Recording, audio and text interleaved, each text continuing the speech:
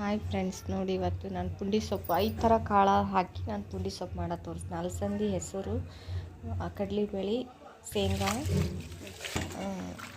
ಇದು ತೊಗರಿಬೇಳೆ ಹಾಕಿ ಇದಕ್ಕೆ ನಾನು ಪುಂಡಿ ಸೊಪ್ಪು ಸೇರಿಸಿ ಕಾಳು ಪುಂಡಿ ಸೊಪ್ಪಿನ ತೋರಿಸ್ತಾ ಇದ್ದೀನಿ.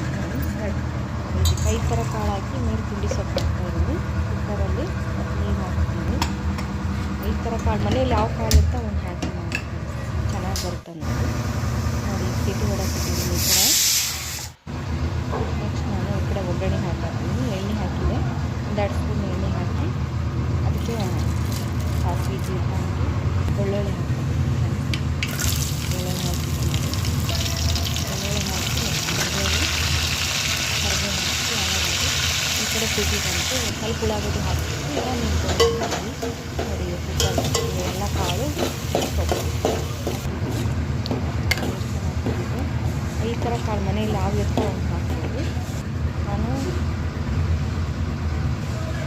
ಅಲಸಂದಿ, ಹೆಸರು, ತೊಗರಿಬೇಳೆ, ಶೇಂಗಾ, ತೊಗರಿ, ಅಲಸಂದಿ, ಮತ್ತು ನಾನು ಹಕ್ಕರಿಕೆ ಮನೆಯಲ್ಲಿ ತಂದಿದ್ದು ಹಕ್ಕರಿಕೆ ಪಚ್ಚಡಿ,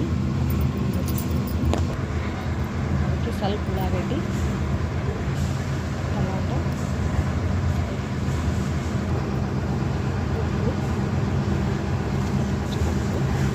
ಖಾರ ಹಕ್ಕರಿಕೆ ಪಚ್ಚಡಿ ಈ ಥರ ಮಾಡಿದ್ರೆ ಎಷ್ಟು ರುಚಿ ಆಗುತ್ತೆ ಫ್ರೆಂಡ್ಸ್. ರೊಟ್ಟಿ, ಚಪಾತಿ ಎಲ್ಲದಕ್ಕೂ ಖಾರಕ್ಕೆ ಇಷ್ಟಪಡ್ತೀನಿ. ಸೊಪ್ಪಿನ ಎಲ್ಲ ಥರ ಕಾಳು ಹಾಕಿ ಪುಂಡಿ ಸೊಪ್ಪು ಮಾಡಿದ್ದೀನಿ. ಕೊಟ್ಟು ಅದಕ್ಕೆ ಸೇರಿಸ್ಬಿಟ್ರೆ ಆಯಿತು ಫ್ರೆಂಡ್ಸ್. ಉಪ್ಪು ಹಾಕಿ ಎಷ್ಟು ಚೆನ್ನಾಗಿ ಬಂತು. ಎಲ್ಲ ಥರ ಮಕ್ಕಳು ಕಾಳು ತಿನ್ನೋಂಗೆ ಆಗುತ್ತೆ, ಆರೋಗ್ಯಕ್ಕೆ ಒಳ್ಳೆಯದು. ನಾನು ಚಪಾತಿ ಮಾಡಿದ್ದೀನಿ. ಚಪಾತಿ ಮಾಡ್ಬೋದು, ರೊಟ್ಟಿನೂ ಮಾಡ್ಬೋದು ಫ್ರೆಂಡ್ಸ್. ನಾನು ಚಪಾತಿ ಮಾಡಿದ್ದೀನಿ, ಚಪಾತಿ ಊಟ ಇದ್ದೀನಿ.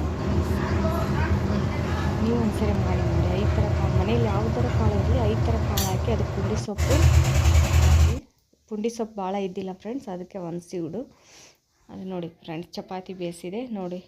ಪುಂಡಿ ಸೊಪ್ಪು, ಹಕ್ಕರಿಕೆ ಪಲ್ಯ, ಕಾಳು ಪಲ್ಯ ಇತ್ತು ಮನೆಯಲ್ಲಿ ನೋಡಿ. ಚಪಾತಿ ರೆಡಿ ಆಯ್ತು ನೋಡಿ ಫ್ರೆಂಡ್ಸ್. Thank you. ಇಷ್ಟ ಆದರೆ ಲೈಕ್ ಮಾಡಿ, ಸಬ್ಸ್ಕ್ರೈಬ್ ಮಾಡ್ಕೊಳ್ಳಿ ಫ್ರೆಂಡ್ಸ್. ಕಮೆಂಟ್ಸ್ ಮಾಡಿ ನೀವು ಯಾವ ಥರ ಮಾಡ್ತೀರಿ.